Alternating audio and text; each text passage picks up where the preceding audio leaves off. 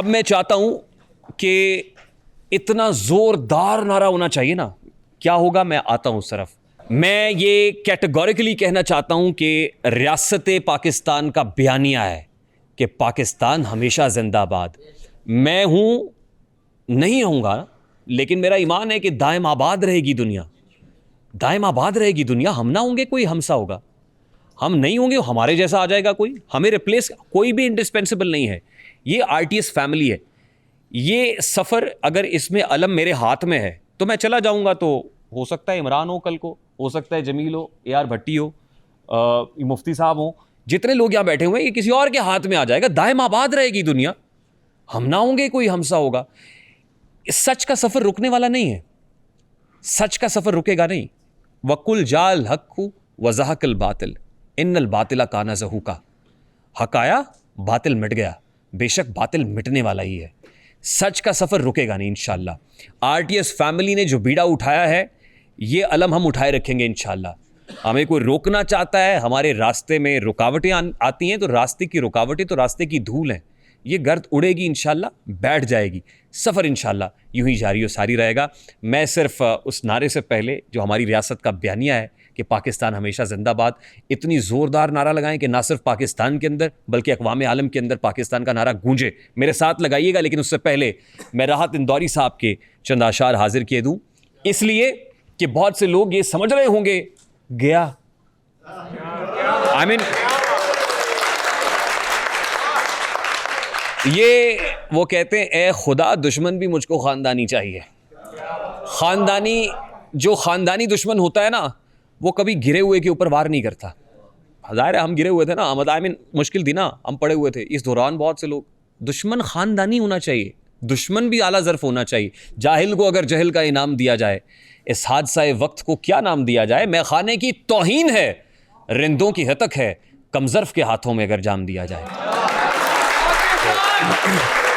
आते हैं इस तरफ।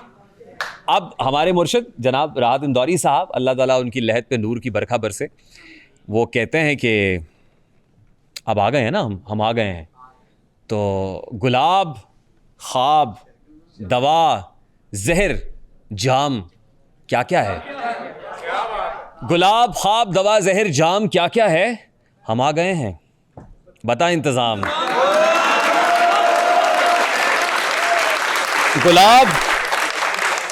गुलाब, ख्वाब, दवा, जहर, जाम, क्या क्या है? हम आ गए हैं, हम आ गए। मैं मज़ा लेना चाहता हूँ इस मिसरे का। हम आ गए हैं, आ गए हम आ गए हैं, बता इंतज़ाम क्या क्या है? फ़कीर, शाह, कलंदर, इमाम, क्या क्या है? तुझे पता नहीं तेरा ग़ुलाम क्या क्या है? तो मेरे साथ मिलके अगर आपके दिलों में पाकिस्तान धड़कता है, अगर रगों में खून बन के पाकिस्तान दौड़ता है, तो बावाज़े बुलंद सब मुहिब्बे वतन पाकिस्तानी बैठे हुए हैं। आइए मिलके पाकिस्तान जिंदाबाद का इतना ज़ोरदार नारा लगाइए कि ना सिर्फ पाकिस्तान बल्कि अक़वाम आलम के अंदर वो है ना कि चांद रोशन चमकता सितारा रहे, सबसे ऊंचा ये झंडा हमारा रहे। इंशाअल्लाह इस झंडे को हम ही को जरूरत है, इजहार का सलीका है, सदा का कहत पड़ेगा तो हम ही बोलेंगे। आइए मिलके नारा बुलंद करते हैं, पाकिस्तान पाकिस्तान पाकिस्तान। पाकिस्तान के सारे शहरों जिंदा रहो, पाइंदा रहो, रोशनियों रंगों की लहरों जिंदा रहो, पाइंदा रहो। ले जी, अब हमारे पास क्योंकि इतने सारे लोग, मैं या इधर भी दिखाइए उधर भी दिखाइए, तिल धरने की जगह नहीं है। ये है RTS family. A huge round of applause for yourself ladies and gentleman.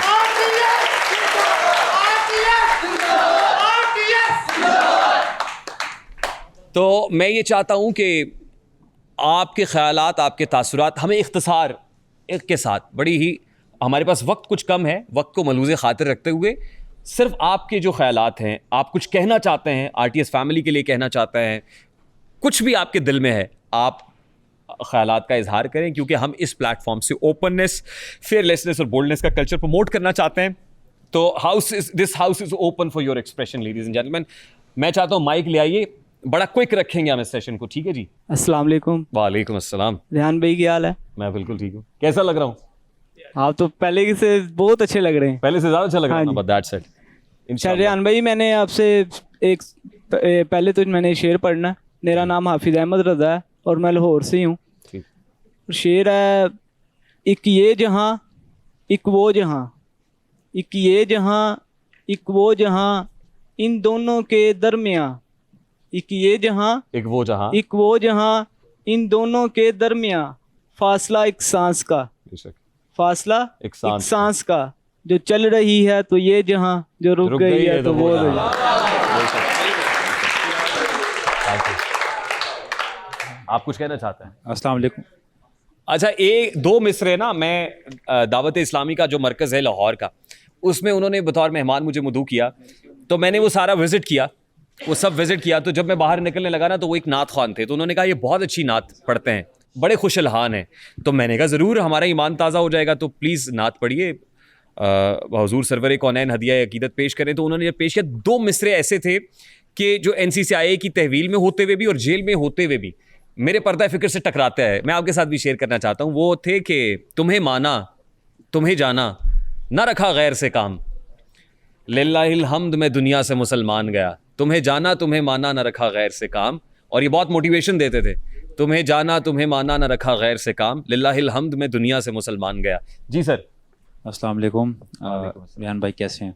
आप कैसे हैं? मैं ठीक हूँ, आप अपना बताएं। बस आपको देख के ठीक हो गए। रेहान भाई वैसे तो इतने शेर नहीं पढ़ता, लेकिन एक शेर आपके लिए जी। कि ज़ख़म पर ज़ख़म खाकर जी, आह ना कर लबों को सी, इश्क है ये दिल लगी नहीं। हाँ। और एक सवाल था छोटा सा कि आपने जो जेल में किताबें पढ़ी हैं, उनमें योर टॉप 1 किताब कौन सी है? एक्चुअली जब मैंने 40 रूल्स ऑफ लव पढ़ी, तो वो इट वाज अबाउट मौलाना रूमी और शम्स तबरेज़ के बारे में थी। तो उसमें ना कुछ सेंटेंसेस ऐसे थे जो मेरे लिए बाइस मोटिवेशन थे, जिसमें वो ये बताता है कि देखिए, जो बर्थ होती है ना, जन्म होता है, किसी भी चीज़ का जन्म होता है, वो तकलीफ दे होता है, वो बेशक इंसान का जन्म ही क्यों ना हो। मिडवाइफ या दाई ये बताती है उस दौरान कि तकलीफ होगी, बर्थ हो रही है, तो ये नया जन्म होता है। आई मीन ये रीबॉर्न है, तो जब कुछ नया हो रहा है ना, तो वो भी तकलीफ से गुजरने के बाद ही होगा। तो ये बात हौसला देती रही। एलिफ शफक की 40 रूल्स ऑफ लव बहुत अच्छी थी। मैंने फिर मैंने जलालुद्दीन रूमी साहब की जो किताब जेल में पढ़ी हुई थी, उनकी सवाने उमरी, वो भी पढ़ी। अच्छा, मैंने इस वक्त को बहुत ज़्यादा कैपिटलाइज किया, क्योंकि एक तो घड़ी नहीं थी सामने, क्लॉक नहीं थी कि टाइम देख सकता, टाइम का पता ही नहीं चलता था कि क्या है। तो इस दौरान सर सिर्फ किताब में रहता था, और किताब, आप, मुझे इस बात का बखूबी इदराक हुआ कि आपके मसाइब, आपके परेशानियाँ, आपके दुख, आपकी तकलीफ़ें किताब जज्ब कर लेती है। किताब के अंदर आपकी परेशानियों को जज्ब करने की सलाहियत होती है। अस्सलाम वालेकुम रियान भाई। वालेकुम अस्सलाम। रियान भाई, सलमान खोखर जी अभी तो लाहौर से हैं। चले, अच्छा है आपने सोने की नहीं पहनी भी, नहीं तो यहाँ पूछते आपसे कि सोना असली है नहीं, ये चांदी है जी। रियान भाई, बेसिकली मैं जनूबी पंजाब से हूँ सर। मिंचनाबाद से, और माशाल्लाह, मिंचनाबाद का प्यार आपके लिए लेके आया हूँ बहुत जी। शुक्रिया सर। ਤੇ ਸਾਡੇ ਇਲਾਕੇ 'ਚ ਨਾ ਪੰਜਾਬੀ ਤੁਹਾਨੂੰ ਮੈਂ ਗੱਲ ਕਰਨਾ, ਸਾਡੇ ਇਲਾਕੇ 'ਚ ਇੱਕ ਬੜੀ ਮਸ਼ਹੂਰ ਕਹੀ ਜਾਂਦੀ ਹੈ, ਜਿਹਦੇ ਨਾਲ ਬਹੁਤ ਜ਼ਿਆਦਾ ਮੁਹੱਬਤ ਹੁੰਦੀ ਨੇ, ਉਹਨੂੰ ਕਿਹਾ ਜਾਂਦਾ ਹੈ ਸੱਜਣ ਆਵਨ ਤੇ ਅੱਖਾਂ ਠਰਨ। ਤੇ ਹਕੀਕਤ ਵਾਲੀ ਗੱਲ ਹੈ, ਤੁਹਾਨੂੰ ਇਸ ਕੁਰਸੀ ਤੇ ਦੁਬਾਰਾ ਵੇਖ ਕੇ ਨਾ ਅੱਖਾਂ ਠਰਦੀਆਂ ਪਈਆਂ ਨੇ, अल्हम्दुलिल्लाह, ਯਕੀਨ ਮੰਨੋ, अल्हम्दुलिल्लाह। ਮਜ਼ਾ ਆ ਗਿਆ ਹੈ।